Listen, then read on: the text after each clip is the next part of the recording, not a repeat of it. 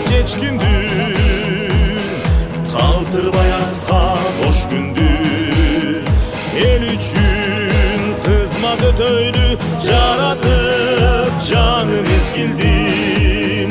El üçün kızmadı töydü, yaratıp canım ezgildim. Canım ezgilde vermesen erkin hiç kimge ramazan olsun elimiz zamana zamana zamana canım ezgilge canım ezgilde vermesen erkin hiç kimge ramazan olsun elimiz zamana zamana zamana canım ezgilde.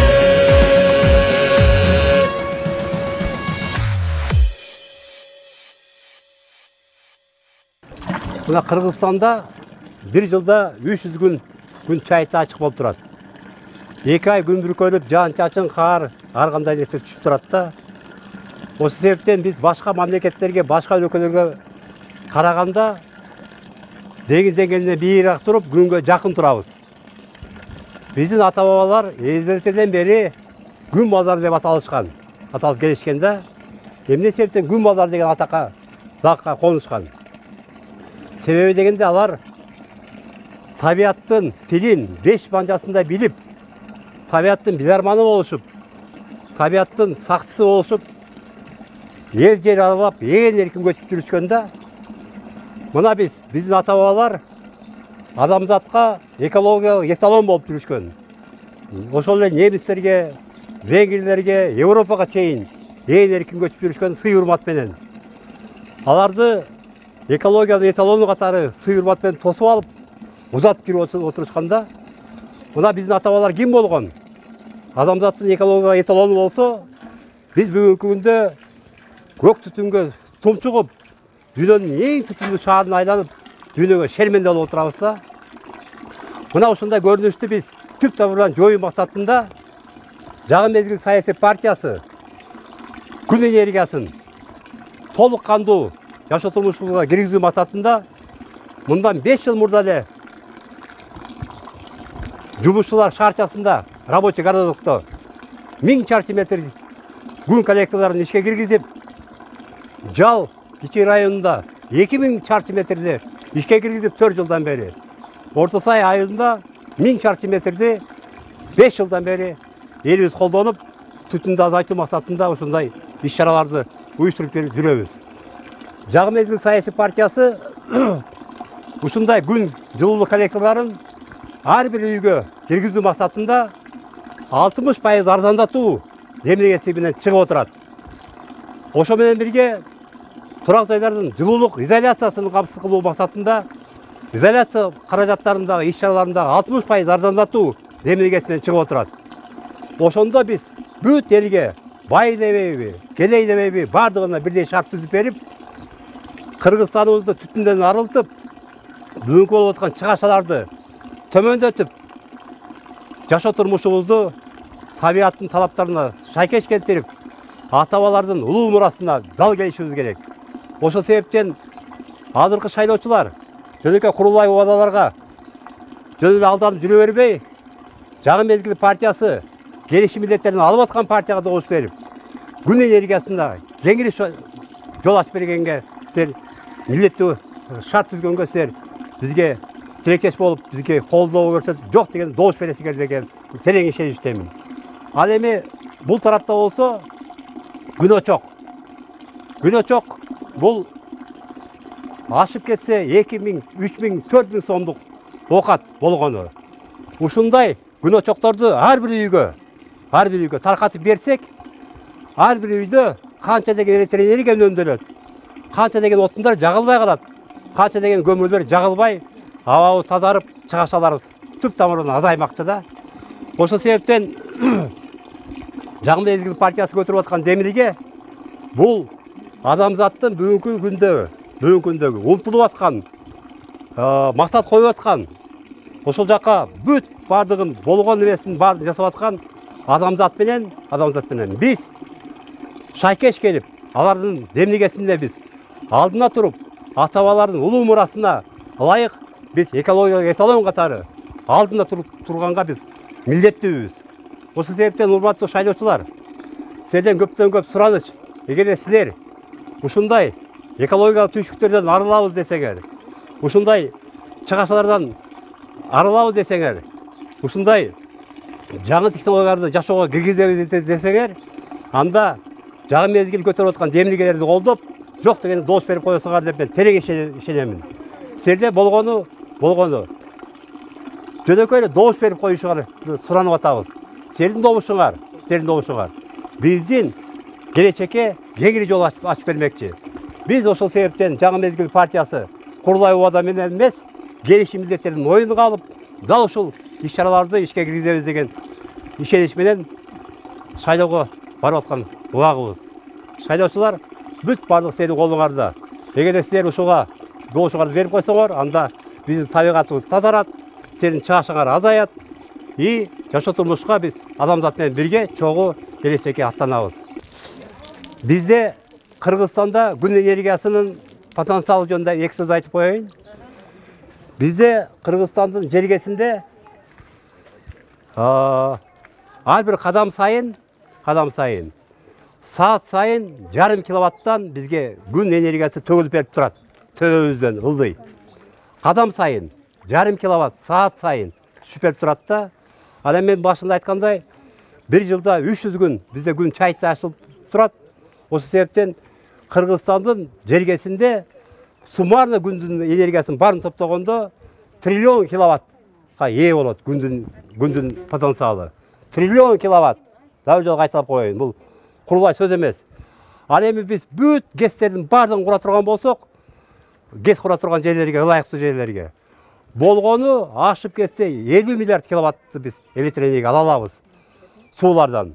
Ал эми Кыргызстан жергесинде триллион киловатт күндөн төгүлүп берип турат. Күн ырыскыны биз күн балдары катары колдонбосок, анда Кудай да бизди кечирбейт. Осы себептен шайлоочулар жаңы мезгил партиясына добуш беришиңиздерди суранам. Жаңы мезгил партияга добуш берсеңиздер, күн энергиясы, күн ырыскысы сиздердин жашооңуздарга тикелесинен түз кошулат. Мына өзүңүздөр жакшы билесиздер. Кыргызстанда массалык жумушсуздук жана жакырчылык. Алардын баардыгын башын бириктирсек, 560 миң үй бүлө мүмкүндө үй жок жүрүшөт. Аларга эч кандай ипотека берилбейт. Себеби дегенде ипотеканы кайтарып берүү, аларда гарантиясы жок, жумушу жок, доходу жок.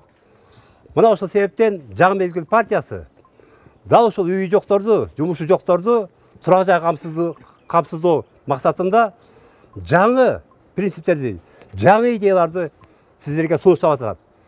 Эң биринчиден биз турак жай үй жокторго, жумушсуздуктун кулдарына, жакырчылыктын кулдарына эми турак жай кулдугундагы моюндарын илип коюу бул деген акылга сыйбаган көрүнүш. Ошол себептен биз жаңы мезгил партиясы үй жокторго, жумушу жокторго эң биринчиден социалдык ажырагыс менчиктерди калыптандыруу демилгесин көтөрүп атабыз. Алар эмнелер? Ар кандай инновациялык өндүрүштөр, мына өзүңүздөр көргөндөй күн коллектордан чыгара турган өндүрүштөр, азык-түлүк өндүрүштөрү, комплекстери, курулуш материалдарын өндүрүштөрү, жана башка ушул сыяктуу көп түрдүү инновациялык өндүрүштөрдү ачып, ошол өндүрүштөрдүн бардыгы социалдык ажырагыс менчикте калыптанбакчы. Бул ажырагыс менчиктердин эсебинен үй жоктордун турак жайына болгон кошумча каражаттарды такай, туруктуу каржылап берип турган биз шарт түзмөкпүз, жаңы системаны ишке киргизбекпиз. Ошол эсебинен социалдык турак жайлардын жарым баасы төлөнгөнгө шарт түзүлмөкчү. Ал эми калган жарым баасын турак жайга муктаж болгон жаран өзү 10-15 жылдык мезгилде өзү төлөп турак жайга толук кандуу ээ болмокчу. Эгерде биз турак жайды бекерди берип кое турган болсок, бекер оокат аш болбойт дегендей, өртөнүп кетеби, суу каптап кетеби, ал бардыгы кайдыгер болуп тура берет. Себеби деген алга бекер түшүп калды. Ошол себептен жарым баасын өзү төлөйт, жарым баасын социалдык ажырагыс менчиктердин эсебинен жакынкы 10 жылдын ичинде каржыланмакчы. Бул дүйнөдөгү жаңы принцип. Бул дүйнөгө үлгү көрсөтүп турган принципти биз жаңы мезгил партиясы сунуштап атат.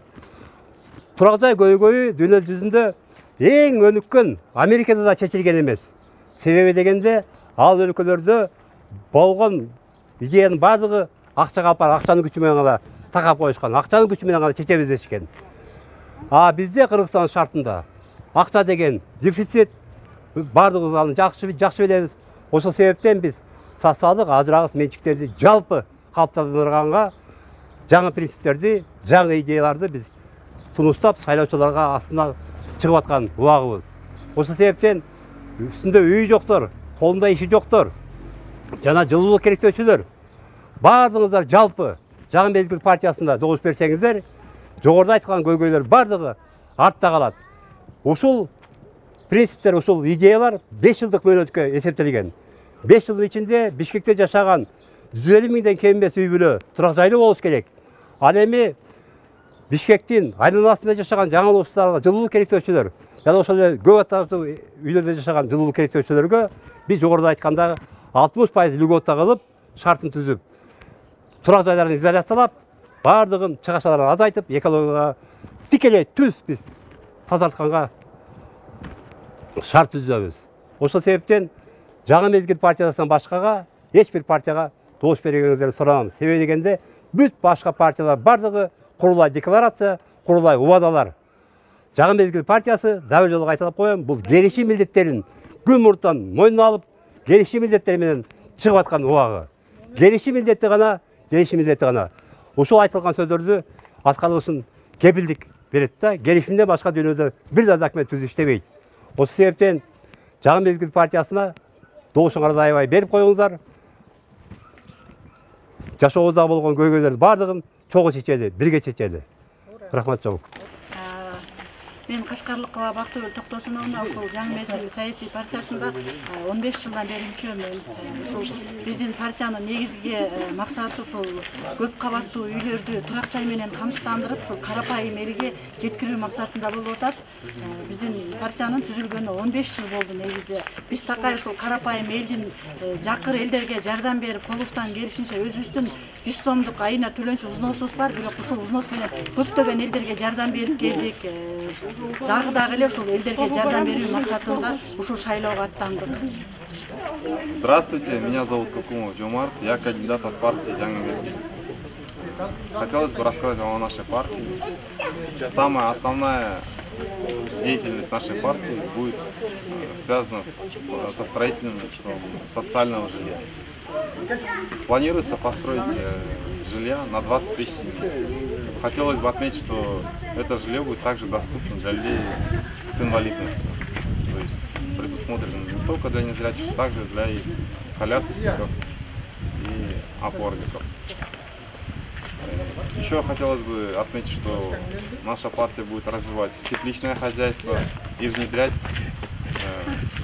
солнечные батареи для получения альтернативной энергии. В связи с этим хотелось бы еще добавить, что это непростые обещания, и мы обязуемся строго выполнять все свои обязательства. И поэтому призываю вас проголосовать за нашу партию под номером 3.